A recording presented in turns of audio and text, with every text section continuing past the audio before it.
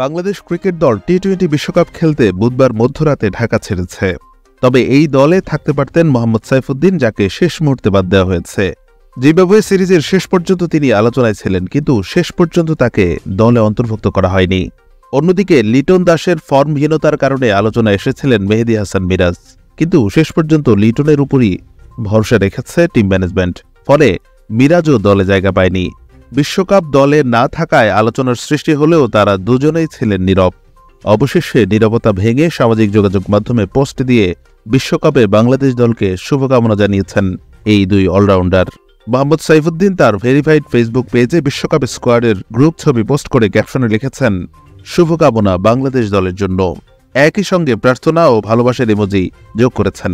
মেহেদী হাসান মিরাজও তার ফেসবুক পেজে বিশ্বকাপ দলের ছবি পোস্ট করে লিখেছেন, দলের সাথে সরাসরি না থাকলেও একজন সমর্থক ও শুভাকাঙ্ক্ষী হিসেবে সবসময় আমিও এই দলেরই একজন।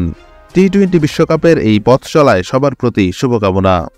বিশ্বকাপের আগে হিউস্টনে যুক্তরাষ্ট্রের বিপক্ষে প্রস্তুতিমূলক সিরিজ রয়েছে টাইগারদের। এই সিরিজের ম্যাচগুলো হবে আগামী 21, 23 ও 25 মে।